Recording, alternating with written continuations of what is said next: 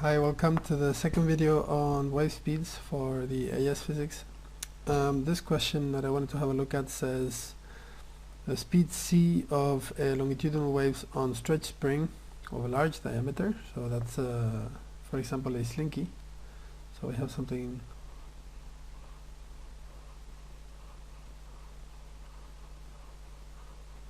something like that, and there's waves going through it. And they say that the speed c is equal to the square root of KL over mu. Okay, and this looks a little bit weird because I know the equation for the speed of a wave and a mechanical wave, and it looks a bit different to this one, so I need to do some thinking about that. But they tell me some clues. They say that K is the spring constant and L is the stretched length. So that helps a little bit. And mu is, as always, the mass per unit length of the slinky. So mu, actually they say the stretched mass, but it doesn't matter.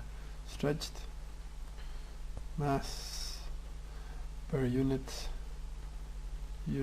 length. So as always, mu is the mass per unit length. And they ask us a few questions. Before going to the questions, I want to make the equivalency, which you should always do in the question when you read one which has letters that are slightly different to the ones you're used to. You need to make the equivalency between this and what you understand already. So the equation we've been using so far is root of t over mu, right? So how are these useful? Well, I mean, how are they similar? KL, where L is the extension, we normally have been talking about it in the sense of Kx, right, for Hooke's law. So that tension is that force, and that's Kx. So actually we could rearrange that equation and put it in terms that we understand.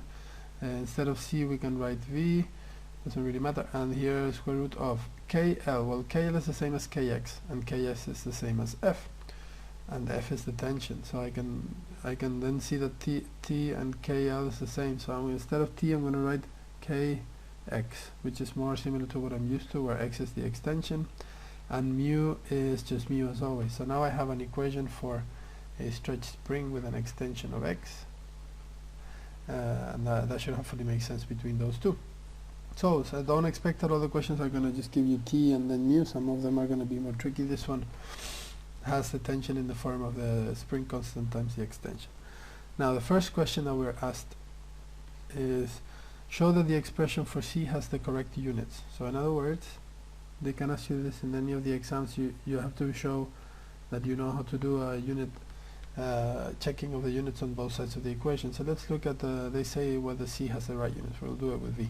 So V has units of meters per second, right? And we need to show that whatever's on the right has also got units of meters per second. So the aim is to show that Kx over mu has units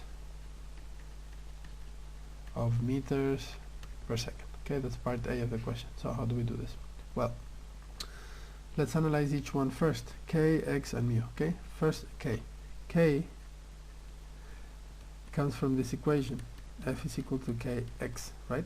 Where X is extension and F is force. So actually, if we solve for K, we get F over X, which is in units newtons per meter, right? So nearly done, but newtons, when we compare it with X, which is length, and it's going to be in meters, and mu, which is kilograms per length, and that's also going to be in meters, we want to try to write the newtons and break down the newtons a little bit more, right? Because this is not in meters or anything. So let's try to get it in meters, which are base units. So force is equal to mass times acceleration, which is kilograms meters per second squared. So in other words, 1 Newton is 1 kilogram per meter per second squared. So now K, we can express it as kilogram meters per second squared divided by X, which is length, okay, and length is in meters. So here we have meters. Okay, so this was the tricky part, really, to get this first for K, and that you get from your normal expression for K, and then you break down the newtons into more base units. So always use base units because we want to end up with meters and seconds. So we have no newtons in the answer, so we try to break down the units of the newton. So hopefully that makes sense for so far. And now we've got the unit of k. We can do the whole thing because these are much more simple. So let's rewrite all of that. So the root of kx over mu is going to have units of, first the k has units of kilograms, meters. Seconds to the minus 2, I can just put them at the bottom as minus 2 straight away, right? Because meters seconds to the minus 2 means it's the same thing as meters divided by seconds squared, right? So I can just put the seconds squared at the bottom directly. So seconds squared, and then here meters at the bottom, so I get meters here. So that's k. Now k is multiplied by x, so let's multiply it by x. X is just an extension in meters, so I can put here now another meters. Only multiplies on the top. When you multiply a fraction by something, it just multiplies the top. And then finally mu, and mu is at the bottom, so I have to put it here. What's mu? Well, it's kilograms per meter. So kilograms goes here, and then per meter, per unit length per meter. The per meter down here flips to the top, and then I get another meter up here. So hopefully that makes sense so far. And now let's start cancelling. We've got kilograms, which cancel the kilograms, meters, which cancel the meters, and you're left with meters seconds squared. So that's the same thing as meters squared over seconds squared, square rooted. The square root of the top and the bottom, I end up with m, and here I end up with s. So meters per second, which is what we had to prove, and that makes sense. Okay, so pause that and play it back and look at it more slowly. It doesn't make very much sense. Okay, if I have time at the end of the video, I'll go through it a little bit again. But so that was the first one. That's called unit, proving equal units on both sides of an equation. It's not a very concise name. I just invented it. Alright, part B. Part B of the same question says, calculate C for or V in our case for a mass of 0.45 kilograms, which stretches to a length of 3 meters long. Stretches to a length of 3 meters long. When the tension is 6 newtons, so the tension is 6 newtons. And assume the unstretched linky has a negligible length. So in other words, all of the length here is stretching length. So all of that is like extension, which we've been calling x so far. So that x is this L.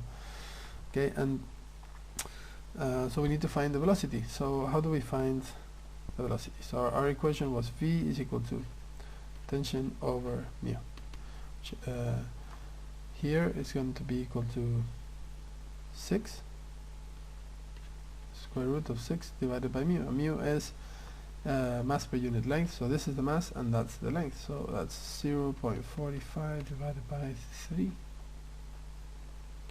right? And that should give us the velocity, and that comes out to be 6.32 meters per second. Okay, you can try that in your calculator, hopefully you get the same thing. So that was easy peasy. And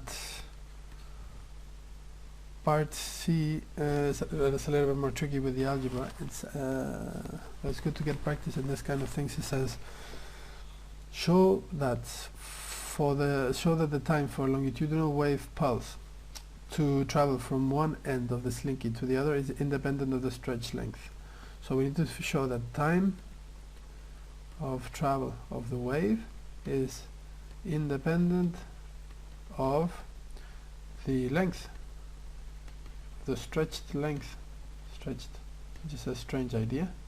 Stretched length, right? So you increase the stretch length and the time that the wave takes to travel is the same, so it's independent. So in other words, for that to happen, it must be that the speed is increasing the more you stretch the thing, so that it compensates for the longer stretched material, right? So how do we show this? Well, we need to find an equation for the time, and we need to show that it doesn't contain the length. So let's see what our normal equation for time is. Well, velocity is distance over time, so time is equal to time times velocity would be distance, so distance divided by velocity is the time. That we want.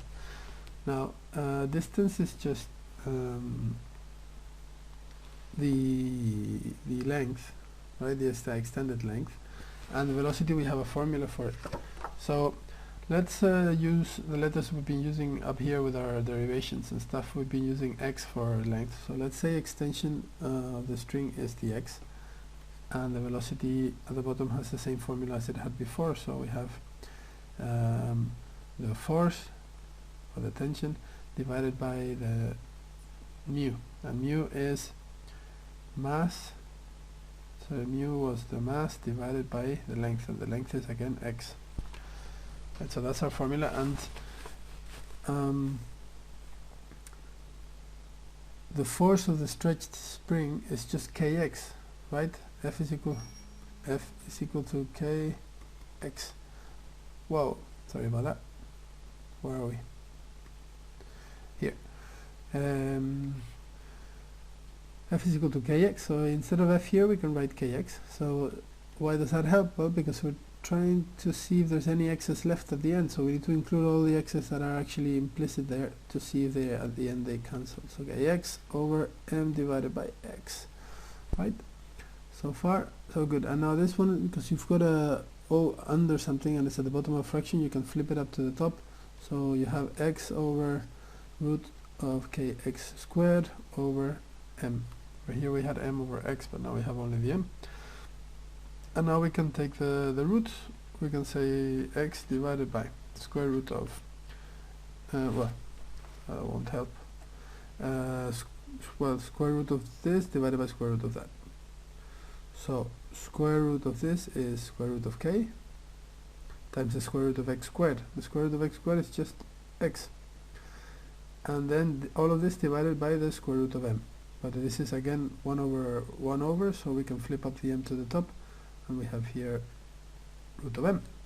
So look what happens to the x's, and you end up with square root of m over square root of k, which is the same thing as that. Okay, when you have individual roots, please remember that root of x times root of y is equal to root of x times y, and similarly root of x divided by root of y is equal to root of x divided by y. Okay, so remember those, otherwise you can't really solve this question very neatly.